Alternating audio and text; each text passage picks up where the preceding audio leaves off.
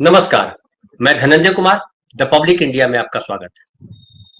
कल पूर्व प्रधानमंत्री डॉक्टर मनमोहन सिंह का अंतिम संस्कार कर दिया गया, लेकिन अंतिम संस्कार जो हुआ, अंतिम विदाई जो हुई, वो भी विवादों में घिर गई। कांग्रेस ने कहा कि बीजेपी ने अपमान किया है डॉक्टर मनमोहन सिंह का। बीजेपी ने कहा कांग्रेस ने अपमान किया है। लेकिन एक ये भी सवाल उठता है कि जब तमाम प्रधानमंत्रियों के जितने जो प्रधानमंत्री हुए हैं, राजघाट के आसपास उनको उनका अंतिम संस्कार किया गया, वहां स्मारक बनाया गया, तो बीजेपी सरकार ने, गृह मंत्रालय ने ऐसा निर्णय क्यों लिया कि निगम बोध घाट पर उनका संस्कार किया जाए? इस बात को लेकर के आपत्ति तमाम लोग कर रहे हैं।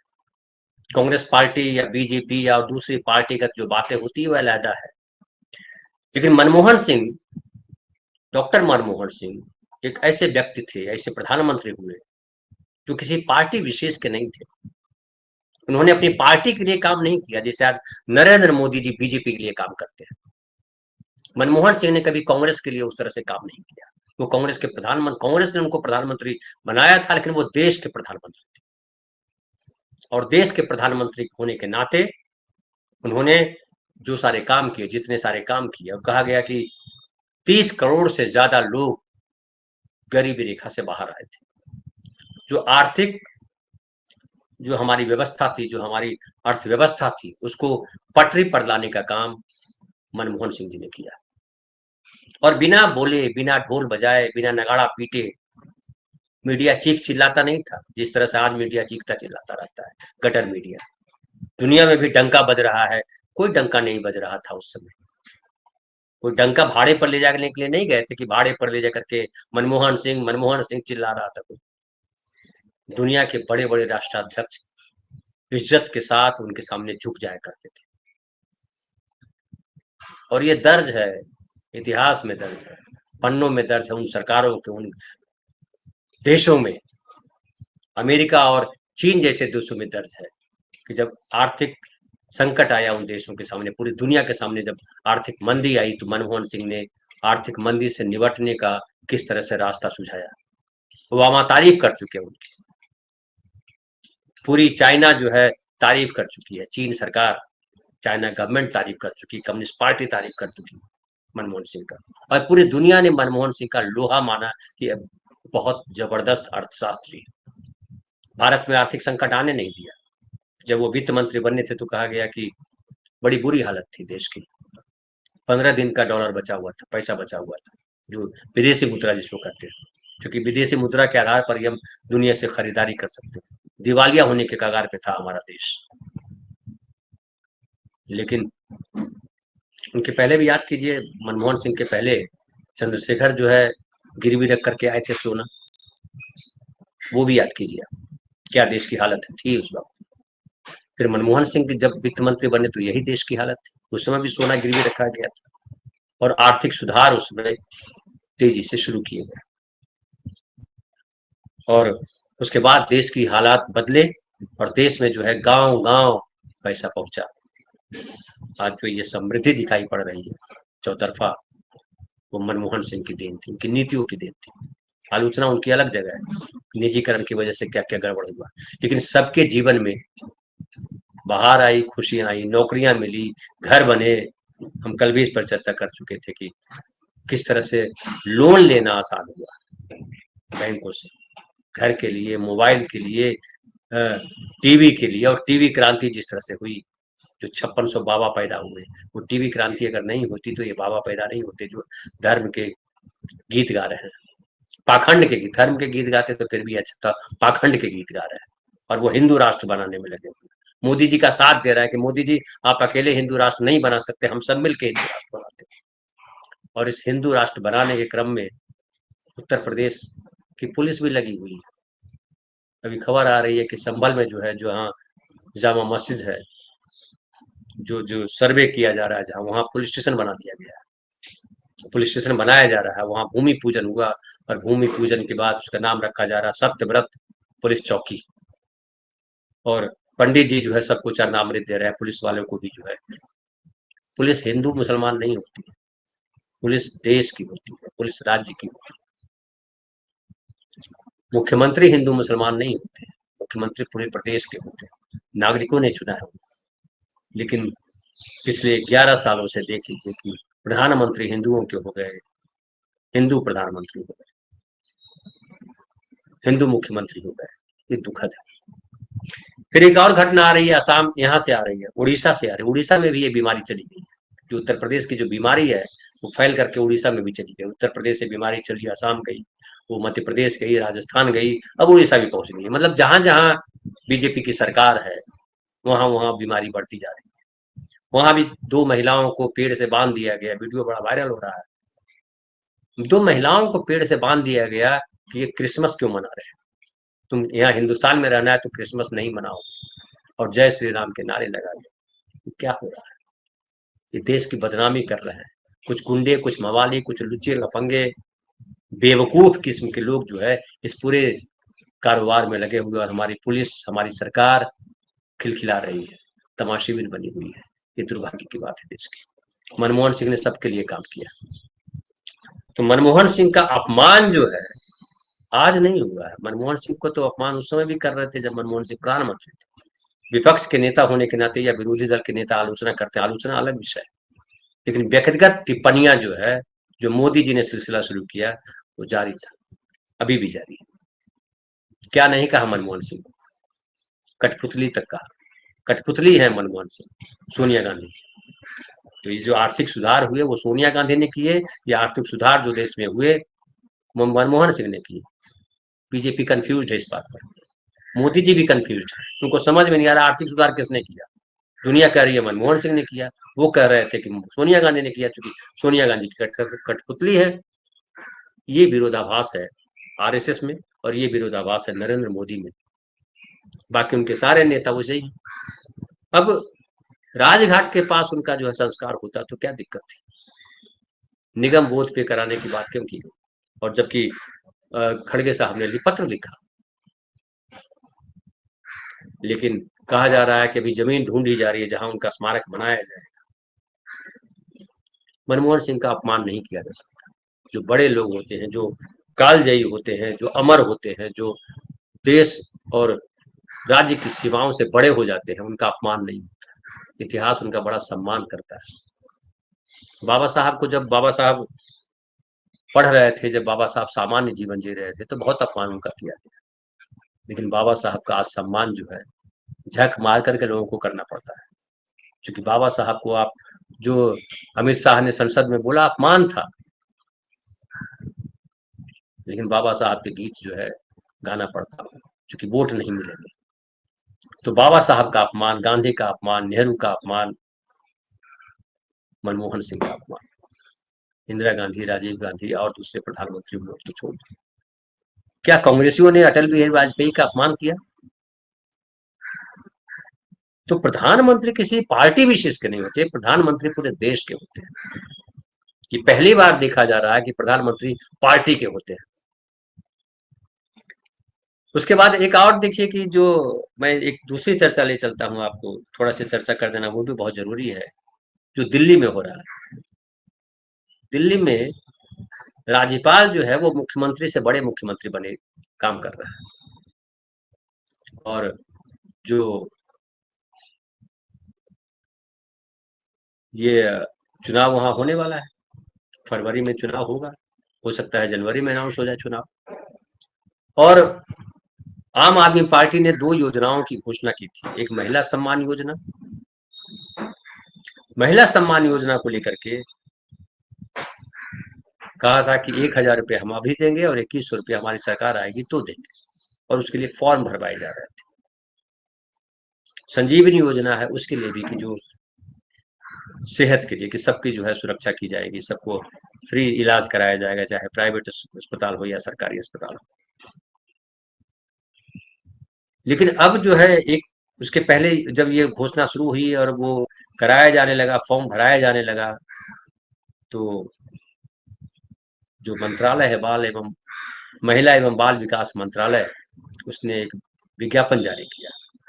और विज्ञापन जारी करके कहा कि ये जो मीडिया रिपोर्ट्स और सोशल मीडिया पोस्ट के जरिए महिला एवं बाल विकास विभाग को पता चला है कि एक राजनीतिक दल दिल्ली में महिलाओं को मुख्यमंत्री महिला सम्मान योजना के तहत 2100 रुपये प्रति माह देने का दावा कर रहा है।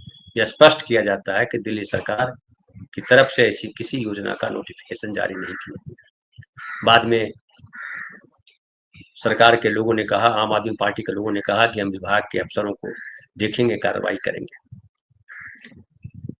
इस बीच ये भी खबर आई कि जो है प्रवेश वर्मा है वो महिलाओं को 1100 रुपए दे रहे हैं, महिलाएं जाकर के पैसे ले रही हैं। ये भी खबर आई कि जो है महिलाओं को धमकाया भी जा रहा है कि हमको सब पता है, जो वोट नहीं देगा उसके साथ हम निपटेंगे। लेकिन वहां उपराज्यपाल वीके सक्सेना ने कोई चर्चा नहीं की, उस पर कोई एक लाइन का कोई जवाब नहीं आया कि हाँ ये गलत है या सही है। लेकिन जो आम आदमी पार्टी कर रही है, गलत सही कर रही है उसकी हम अलग चर्चा करेंगे, लेकिन आम आदमी जब पार्टी वही काम कर रही है, आप भी पैसे बांट रहे हैं, ये भी पैसे बांट रहे हैं, तो आप बांटो पैसा तो सही, ये पैसा बांटे तो गलत, ये तो गड़बड़ है।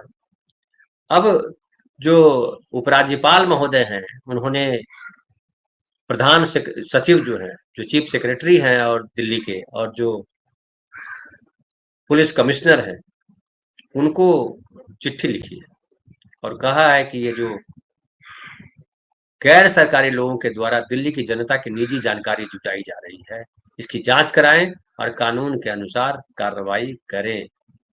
मतलब जांच की बात करें। इसके अलावा एलजी ने पंजाब से कैश ट्रांसफर के आरोपों की भी जांच का निर्देश दिया है और एलजी ने कहा है कि पुलिस कमिश्नर बॉर्डर पर वाहनों की जांच करे और मुख्य सचिव चुनाव आयोग को इसकी जानकारी दे।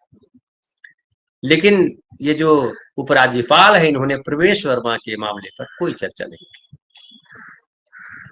और राज्यपाल और जो अरविंद केजरीवाल के बीच लड़ाई तो लंबी चली। पहले भी आपको याद होगा बहुत लड़ाई चली, केजरीवाल बहुत भिड़े और दिल्ली चूंकि पूर्ण राज्य का दर्जा नहीं है इसलिए तमाम चीजें चली।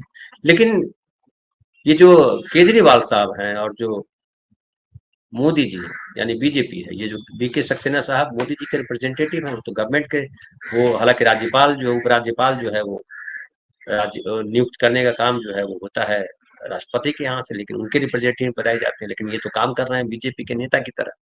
तमाम जगह जो राज्यपाल हैं, जो जहां जहां राज्यपाल भेजे गए, वो सब बीजेपी के नेता के तौर पे काम करते हैं। हम इस पर पहले भी बात कर चुके हैं कि किस तरह से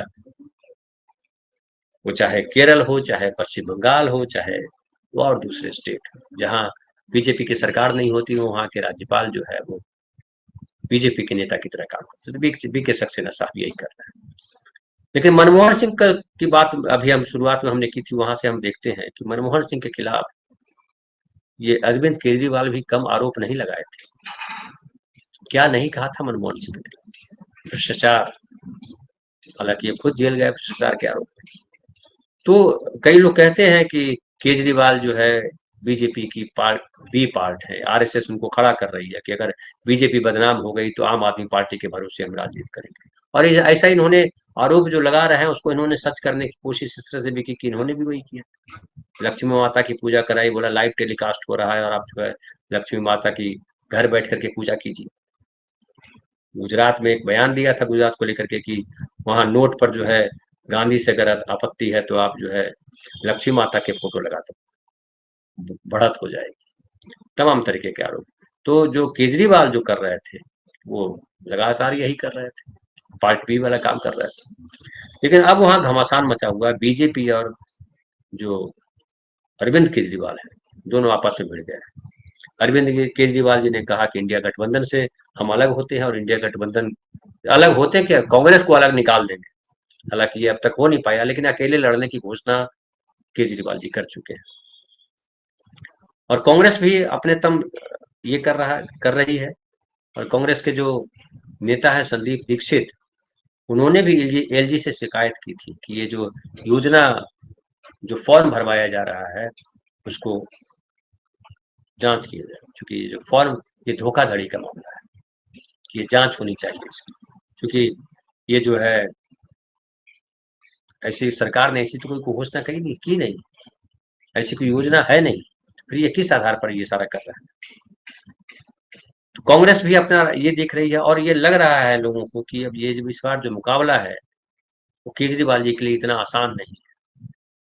केजरीवाल जी खुद मुसीबत में इस बार है। बीजेपी भी कोशिश कर रही है कि इसका फायदा ले और हम जीत लें, लेकिन कांग्रेस को लेकर के भी जो एक माहौल बना है पूरे देश में, राहुल गांधी ने जिस तरह से माहौल बनाया है, लोगों को समझ में आने लगा है कि अगर देश को बचाना है, राज्य को बचाना है, तो कांग्रेस के साथ चलना पड़ेगा, कांग्रेस की नीतियों का समर्थन करना पड़ेगा। और कांग्रेस उस तैयारी में है कि अपने दम पर कैसे लड़ा जाए। तो इस बार मुकाबला कहा जा रहा है कि त्रिकोणीय हो सकता है। मुस्लिम वर्ग है, जो और दूसरे वर्ग हैं, ढेर सारे लोग जो बीजेपी से, जो केजरीवाल जी से नाराज हैं, वो कांग्रेस के साथ आना चाह रहे हैं और एक माहौल बनता दिखाई पड़ रहा है। हालांकि अभी क्या होगा ये कहना बड़ा मुश्किल है, लेकिन जो घमासान है वो दिल्ली में है और इस बार केजरीवाल जी के लिए लड़ाई आसान नहीं है। मैं फिर से एक बार प्रधानमंत्री, जो पूर्व प्रधानमंत्री हमारे थे मनमोहन सिंह, उनको मैं श्रद्धांजलि देना चाहता हूँ, क्योंकि ऐसे लोग युगों में पैदा होते हैं। जो मनमोहन सिंह ने जो भारतवर्ष के लिए किया, उसको पार्टी के स्तर पर या धर्म के स्तर पर या जाति के स्तर पर किसी सीमा में बांध करके नहीं देखा जा सकता। और उन्होंने आज जो समृद्धि दिखाई पड़ रही है हर तरफ, पहले मुझे याद है कि घर खरीदना बहुत कठिन काम होता था। लोग रिटायर हो जाते थे और ग्रेचुटी और पेंशन का पैसा, वो सारा जो पैसा जमा होता था पीएफ वगैरह का, वो मिलता था तो छोटा घर खरीद पाते थे। जो रिश्वतखोर होते थे तो उस समय भी खरीद लेते थे घर, लेकिन आम ईमानदार लोगों की बात कर रहा हूँ। बहुत कम सैलरी थी।